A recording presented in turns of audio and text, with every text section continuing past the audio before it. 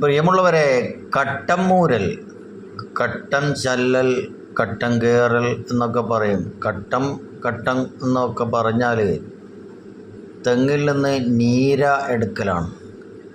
നീര എന്ന് പറയുമ്പോൾ ദ്വീപിൽ മീര എന്ന് പറയും. തെങ്ങ് കള്ളി ചെത്തുക എന്നൊക്കെ കേരളത്തിലൊക്കെ പറയുന്നുണ്ട്. ഇവിടെ ദ്വീപിൽ അങ്ങനെ പറയാറില്ല. ഇവിടെ മീര എടുക്കലാണ്. മീര കൊണ്ട് പലതും ഉണ്ടാക്കാം. സുർക്ക ഉണ്ടാക്കാം, പിന്നെ ശർക്കര ഉണ്ടാക്കാം. ഇതൊക്കെയാണ് മീരയിൽ നിന്ന് എടുക്കുന്നത്. മീര ആ എടുത്ത സമയത്ത് തന്നെ കുടിക്കുകയാണെങ്കിൽ നല്ല മധുരമുള്ള സാധനമാണ്, കുടിക്കാൻ രസമുള്ളതാണ്. കുറച്ച് കഴിയുമ്പോൾ അത് കള്ളായി മാറും. അനക്കാതെ കുറേ ദിവസം വെക്കണം.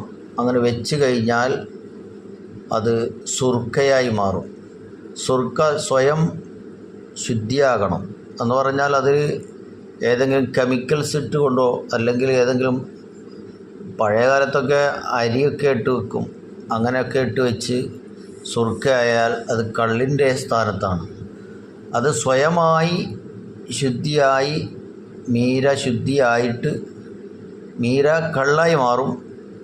കള്ളായതിന് ശേഷമാണ് സുർക്ക ആവുന്നത്. അങ്ങനെ സ്വയമായിട്ട് സുർക്ക ആയെങ്കിലേ അത് ഉപയോഗിക്കാൻ പാടുള്ളൂ. അങ്ങനെ മീര കൊണ്ട് പലതും ഉണ്ടാക്കാം. അങ്ങനെ അത് ചെത്തുന്ന രീതിയെക്കുറിച്ച് അഗത്തിദ്വീപിലെ കുന്നുംപുര അബ്ദുള്ള നമുക്ക് വിശദമായി പറഞ്ഞു തരുന്നുണ്ട്. അതിലേക്ക് നമുക്ക് പോകാം.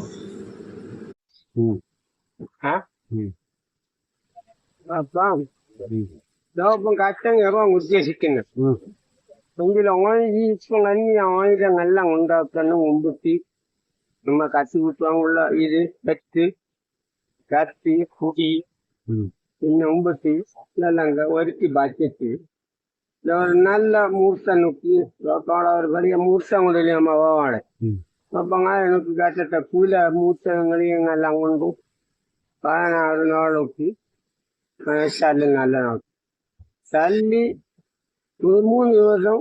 അതായത് ഇന്ന് അക്കരക്കിയാലേ നാളെ അക്കരക്കിയാലേ ഇന്ന് മറ്റന്നെ അക്കരക്ക് അത് വന്ന് 1, 2, 3 ചല്ലിന് ആ ചല്ലിയാണ്. പിന്നെ കുറെ നാളൊക്കെ മൂല് അതുപോലെ കുമ്പട്ടിയും കൂടെ വേറെ കുപ്പി കൂടി പിന്നെ അപ്പം മീര കെനിയും കെനിയാരെയും ഉണർവിൻ്റെയും എല്ലാം അറിയുന്നില്ല. അത് അറിഞ്ഞിട്ട് പിന്നെ കണക്കിട്ട് തന്നെ കൊണ്ടുപോയി നമ്മ ഒരു മറ്റത്തിലൊക്കെ ഒപ്പിക്കെട്ടി ഈ പൂല മുറിച്ച് ആദ്യം ഈറ്റക്കിട്ട് ബാട്ടി ഇലത്തി വച്ചുണ്ടാക്കി പിന്നെ അരച്ച് പുളന്നില്ല വെരിയുന്നു. 3 മീര അരച്ചിട്ട് പോകണ്ടത് മീനൊക്കെയാണി കുല വ്യത്യാസം ഉണ്ടാക്കാന ഗുണങ്ങനെ ജലം കൊണ്ടുവന്നില്ല 3 മീര കിട്ടാം. മീര കുറേ കുല ഉവ്വ.